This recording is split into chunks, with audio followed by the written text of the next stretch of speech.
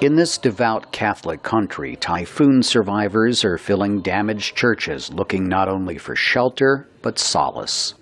It is a trying time for priests and nuns, viewed as community leaders, now taking on the overwhelming task of helping distribute aid while trying to make sense of it all. The Philippine people have maintained their faith despite repeatedly enduring disasters of biblical proportions, according to the pastor of this Ormoc church, Father Gilbert Urbina. Scriptures describe apocalyptic times in terms of the natural calamities, floods, volcanic eruptions, wars. And what does Scripture say? We have to be prepared for all this, no? To persevere, because these are trying times. Have faith. No? At the heavily damaged cathedral in Palo, a town just south of Tacloban, also flattened by the typhoon winds, Cardinal Theodore McCarrick, the 83-year-old Archbishop Emeritus of Washington, D.C., led Mass. Speaking to VOA later in the day in Ormoc, he acknowledged some traumatized survivors might initially find Scripture inadequate.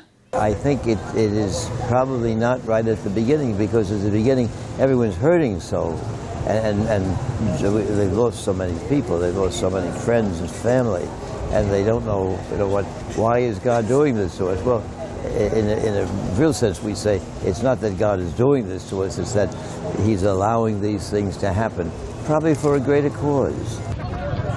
Whatever the cause, a sudden effect is a global outpouring of goodwill. Among those at the forefront of the civic response, Catholic Charities, on the ground in some of the worst-hit communities. Martha Skretteberg of CARITAS Norway says they are coordinating closely with local churches. The people run to the church at the first time in order to get protection, in order to get food, some help. Many who lost their homes here were relocated to this area after a 1991 typhoon-generated flash flood destroyed their community. Now they have to decide whether to try to rebuild here or move on again.